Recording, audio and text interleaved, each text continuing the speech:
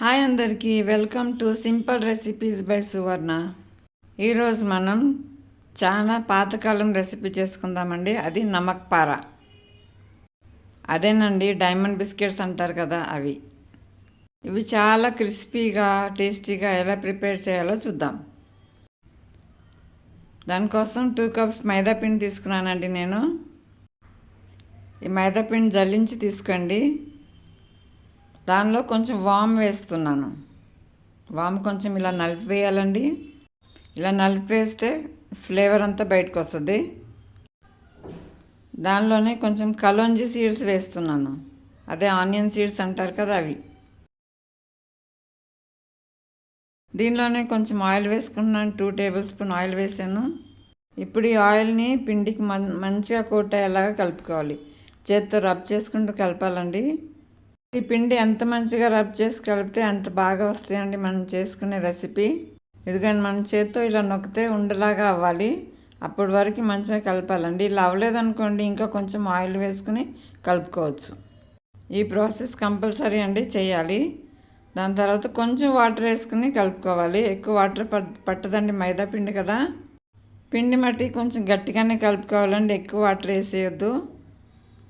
అలాగే నా ఛానల్ కొత్తగా ఎవరైతే చూస్తున్నారో సబ్స్క్రైబ్ చేసుకోండి. ఇంకా బెల్ ఐకాన్ కూడా నొక్కండి.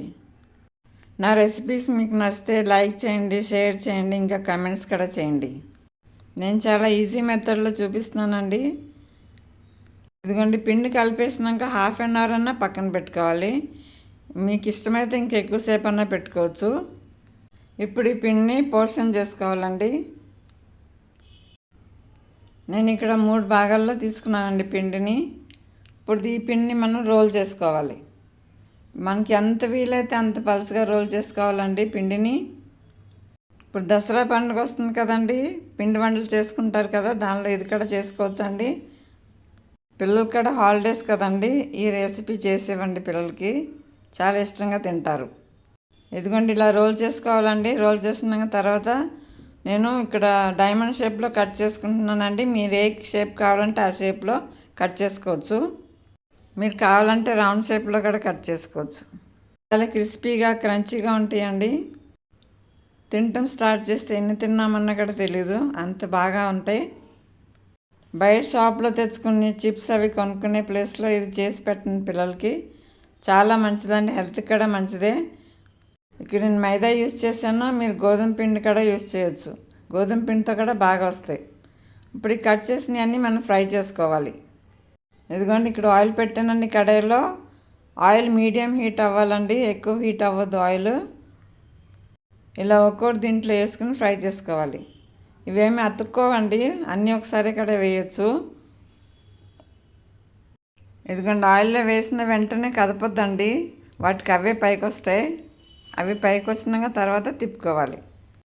ఫ్లేమ్ మట్టుకి లో ఫ్లేమ్లోనే పెట్టుకుని ఫ్రై చేసుకోవాలండి. అప్పుడే చాలా క్రిస్పీగా వస్తాయి. ఎందుకంటే ఫ్రై అయిపోయినాయండి. ఇప్పుడు ఇవి వేరే ప్లేట్లోకి తీసుకుందాం.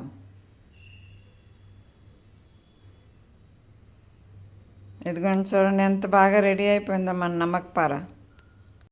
Thank you for watching. Please like, share and subscribe.